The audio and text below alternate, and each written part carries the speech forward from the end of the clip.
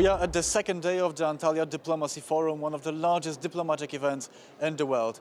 And now I'm joined by Mr. Deodat Maharaj, the Managing Director of the United Nations Technology Bank for Least Developed Countries. Mr. Deodat, welcome to TVP World. Thank you so much. Lovely to have the chance to speak with you and your audience. It's good to speak with you again. I want to start with the basics for some of our viewers who possibly haven't seen our previous conversation. Can you tell me, how do you classify least developed countries and what is the mission of your organization?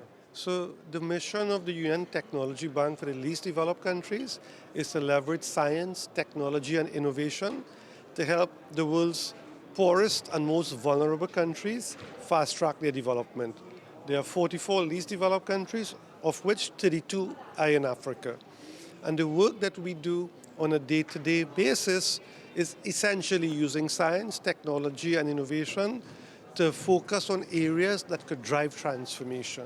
So why are countries classified as least developed countries? It's a combination of criteria, low per capita, low levels of education, low levels of provision of healthcare facilities.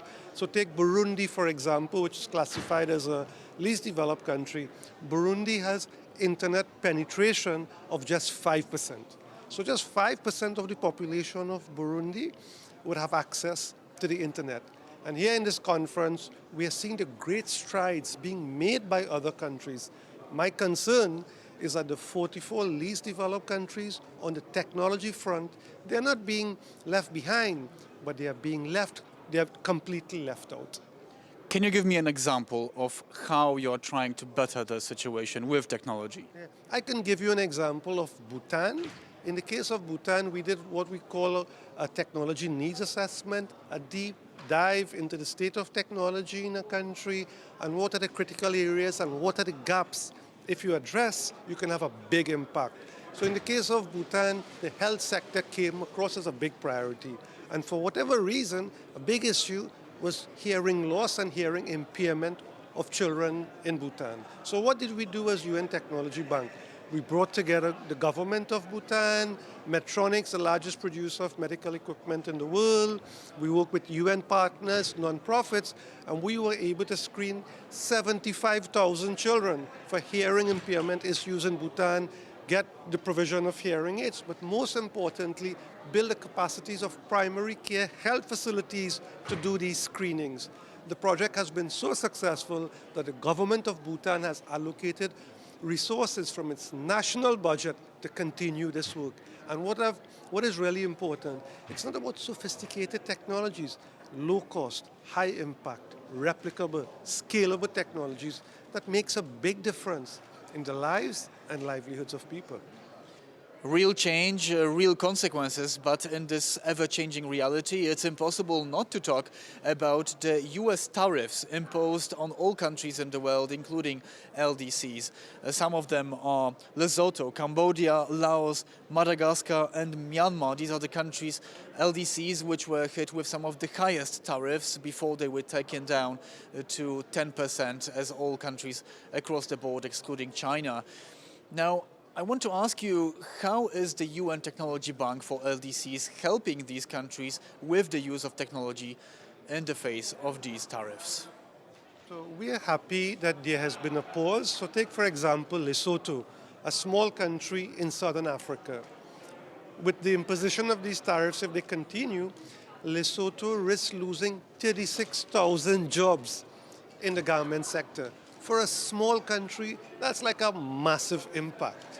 But what the issue of the tariffs and the debate, what it also can teach us is the importance of finding ways to reduce the cost of production, to be more efficient, and that is why technology is a vital friend and ally for countries, including in the manufacturing sector.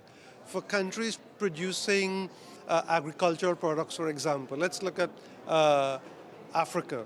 In Africa, 30% of agricultural products produced is actually lost post-harvest. We did a project in the Gambia, and in the cashew nut sector, 40% of cashew nuts produced is actually lost post-harvest. So how do we use low-cost, high-impact technologies to reduce that loss 40% to 35 to 30%, meaning more money in the pockets of families, more jobs, and more opportunities.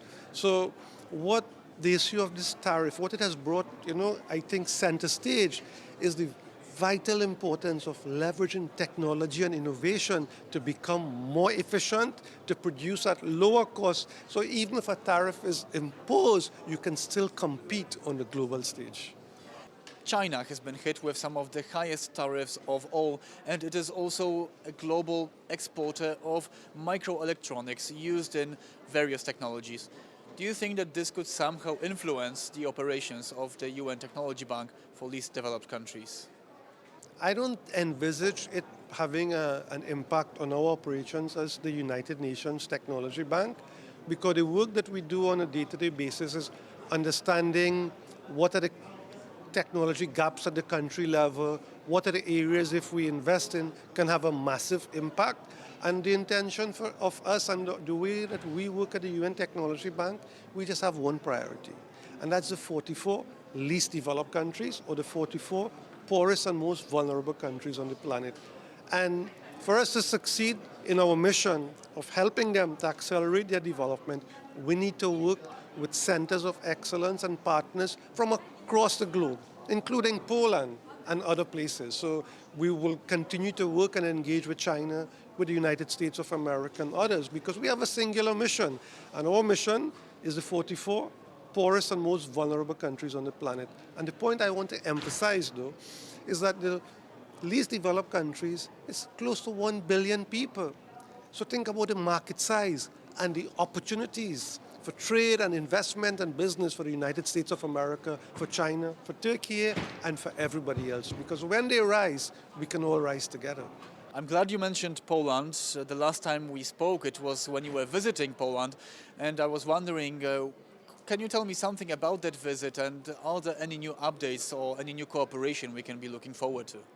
Well, when I came to Warsaw, it was my first visit to Poland, and I was so impressed with the level of technology, the level of innovation. And I said in our interview the last time that there's much the world can learn from Poland and the Polish experience. Personally, I think that Poland can make a massive contribution to the LDCs, because your story is a heroic story. It's an interesting story. It's a powerful story of a country coming together and creating jobs and opportunities for its people.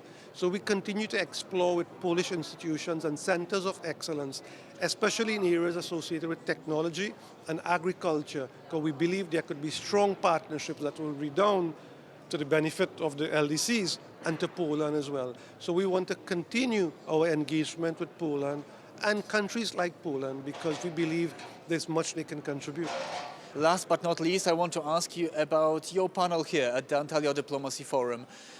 I know that it was about artificial intelligence, one of the fastest growing technologies in the world right now. Is UN Technology Bank for least developed countries planning to use or expand AI in its work? So AI has the potential to fundamentally transform the growth trajectory of these 44 least developed countries. However, what we discuss in the panel, and what is more importantly, what is the reality? The reality is that you have the Magnificent Seven capitalized at over $1 trillion each, the biggest companies in the world. 90% of data and the infrastructure around AI is coming out of 1 or 2 countries.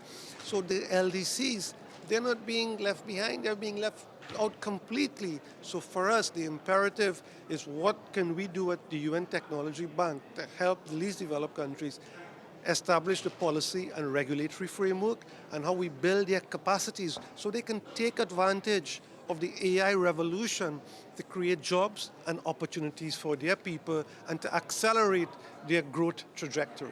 It's good that you mentioned regulations. The European Union, for example, introduced the so-called Digital Services Act, meant to, among others, to protect EU citizens from the dark side of artificial intelligence. Do you think that least developed countries could be looking into such frameworks to build their own in the future, to protect them from the bad consequences of AI? I think when you look at the least developed countries, they have little, if any, in place. So of course, they can learn from the existing experiences and use what the EU has done and other countries to build on an indigenous policy and regulatory framework that will suit their needs. But we have to manage the bad side, but we have to find ways at the same time to take advantage of the immense opportunities to utilize AI, whether it's for agriculture, whether it's green economy transition, whether it's climate resilience, whether it's to revolutionize the micro, small, and medium-scale enterprises sector of these least developed countries. So the potential is unlimited, but our mandate and our remit and our emphasis is to ensure that they can walk along the path as well and give jobs and opportunities to their people, and technology and AI are their friends. And the important point is that what is the advantage of working with these countries? 1 billion people. The better they do, the better Poland will do, and everybody else. So that's one. And secondly, when these countries rise, we all rise together, creating jobs and opportunity for our people on both sides. Mr. Deodat, thank you so much for your insight and speaking with me once again. No, my pleasure. Thank you so very much. Mine and your guest was Mr. Deodat Maharaj, the Managing Director of United Nations Technology Bank for Least Developed Countries. My name is Kazimierz Łysiak and you're watching TVP World.